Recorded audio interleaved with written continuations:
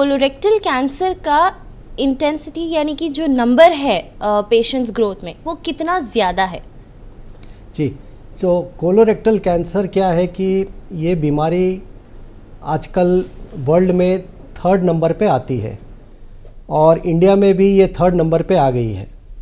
तो इसका बीमारी का प्रकोप काफ़ी है और इस समय वर्ल्ड में 19 लाख नए केस हर साल आते हैं कोलोरेक्टल के, और उसमें से कम 90,000 केसेस की डेथ भी हो जाती है।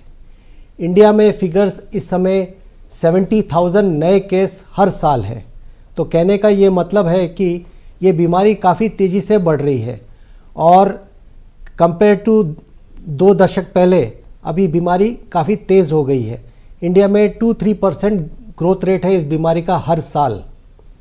और एक और ख़ास बात इस बीमारी की ये है कि ये 40 इयर्स के नीचे के पेशेंट्स को भी अफेक्ट कर रही है। पहले ये बीमारी 50, 60, 70 इयर्स के लोगों को होती थी, बट लाइफस्टाइल चेंजेस के बाद ये काफ़ी अब 40 इयर्स के यंगर पेशेंट्स में भी हो रही है।